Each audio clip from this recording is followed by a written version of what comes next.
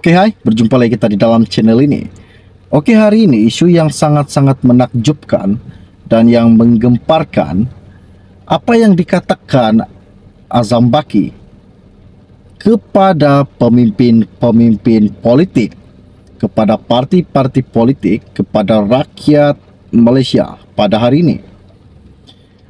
Penyelidikan berkaitan dengan rasuah ataupun pembahagian wang semasa berkempen akan dilaksanakan dan akan diambil tindakan dan akan ditelitikan buat masa yang terdekat ini. Okey, seperti mana yang telah kita tahu, baru-baru ini pada 3 Januari lepas, UMNO Terengganu memfailkan petition untuk membatalkan keputusan PRU 15 bagi kawasan Parlimen Kuala Terengganu, Marang dan Kemaman.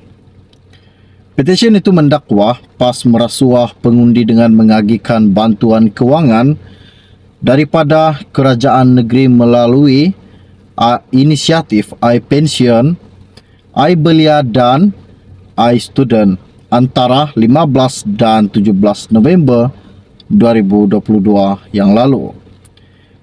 Dan seperti mana juga yang kita telah tahu, yang tular baru-baru ini, apa yang dikatakan Hadi kepada rakyat bahawa itu adalah sumbangan ikhlas daripada partinya. Adakah itu sumbangan ataupun itu satu rasuah?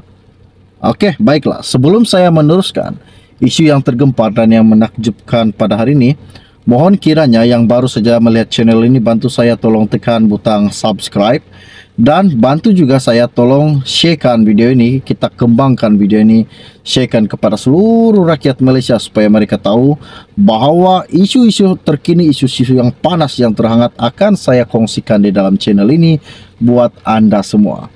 Okey, baiklah. Hari ini isu yang saya dapat, saya ambil daripada Malaysia Kini. Ianya berkata, kes rasuah disiasat ikut undang-undang, bukannya tafsiran individu.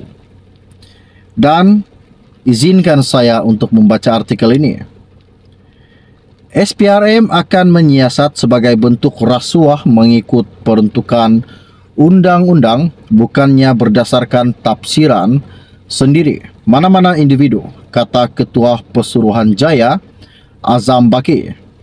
Azam Baki berkata, Akta Kesalahan Pilihan Raya 1954 menyatakan dengan jelas tafsiran membeli undi. Katanya, Seksyen 10 Akta ini sangat jelas dan apa saja istilah yang digunakan orang untuk mempertahankan hujahnya hanyalah tafsiran peribadi. Panggil ia sedekah atau sumbangan, namun undang-undang melihatnya sebagai rasuah yang diberi kepada pengundi, tanpa mengira sama ada pengundi yang memintanya atau tidak, katanya Azam Baki. Menurut Azam Baki juga, Seksyen 10 Akta tersebut menjelaskan secara terperinci perlakuan rasuah sebelum, ketika dan selepas pilihan raya. Katanya, sama ada ia dilakukan secara langsung atau tidak langsung, atau calon sendiri yang memberinya atau ia diberi wakilnya, tidak menjadi perkiraan dalam perkara itu.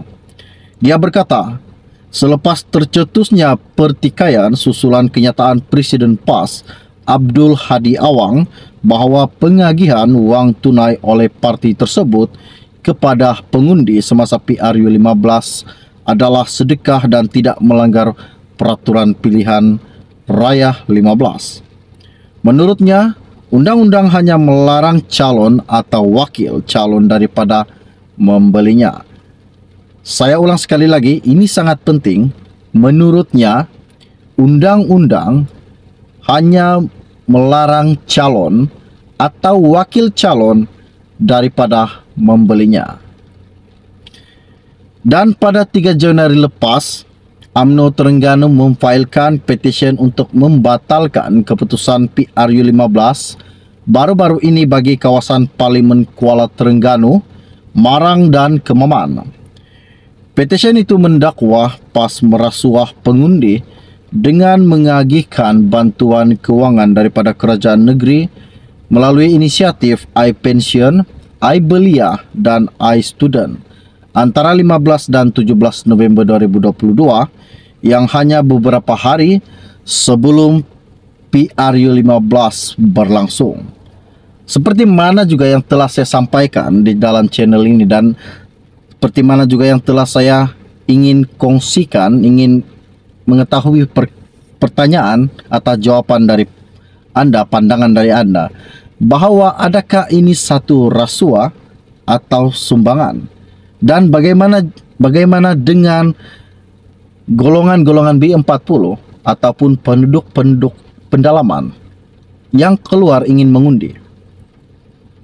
Jika mereka tidak diberi bantuan ataupun tidak dibagi sedikit untuk pengisi minyak, untuk mereka keluar dari kampung untuk pergi ke tempat mengundi, jika mereka tidak ada uang diberikan daripada parti, bagaimana mereka ingin menunaikan tanggung jawab mereka sebagai seorang rakyat untuk mengundi?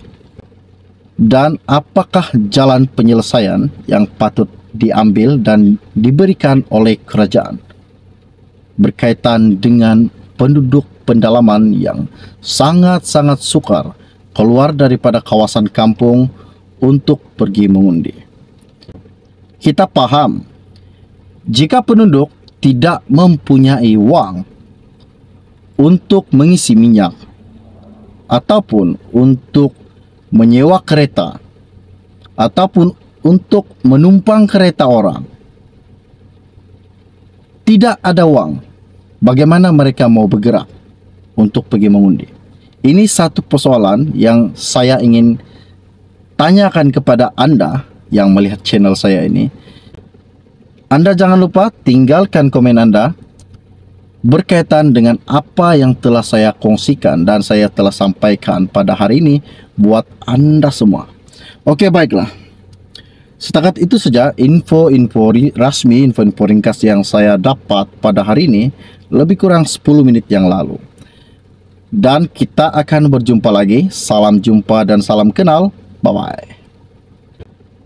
Anda jangan lupa tinggalkan komen Anda berkaitan dengan apa yang telah saya kongsikan dan saya telah sampaikan pada hari ini buat Anda semua. Oke, baiklah. Setakat itu saja info-info rasmi, info-info ringkas yang saya dapat pada hari ini, lebih kurang 10 menit yang lalu. Dan kita akan berjumpa lagi. Salam jumpa dan salam kenal. Bye-bye.